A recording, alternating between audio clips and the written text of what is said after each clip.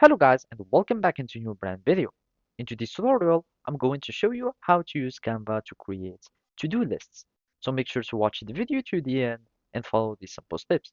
So basically, uh, Slack has a feature that is called Canvas, and from there you can start creating to-do lists from it. And you can do this for any channel on your working space. So let's suppose that we want, like, for this agency channel, we want like to have or to create these to-do lists. So simply we can click on add canvas. So from here you will be able to start creating canvas.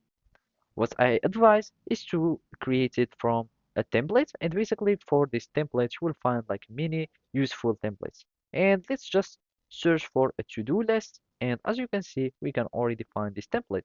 You can start from it and then you can start editing on this to-do list. So here you can add a cover and you can change it whatever however you like. So you would find many covers, and then just leave it like that. And now so let's just leave it like that. Click on save. Now we have this cover. This is the name of our Canva, and as you can see, this is the name or the title. And you can have like some such description. You can delete any item that you would like. You can leave whatever you'd like. So for example, we want to remove this section. So from here, you can start like breaking line. You can add an item.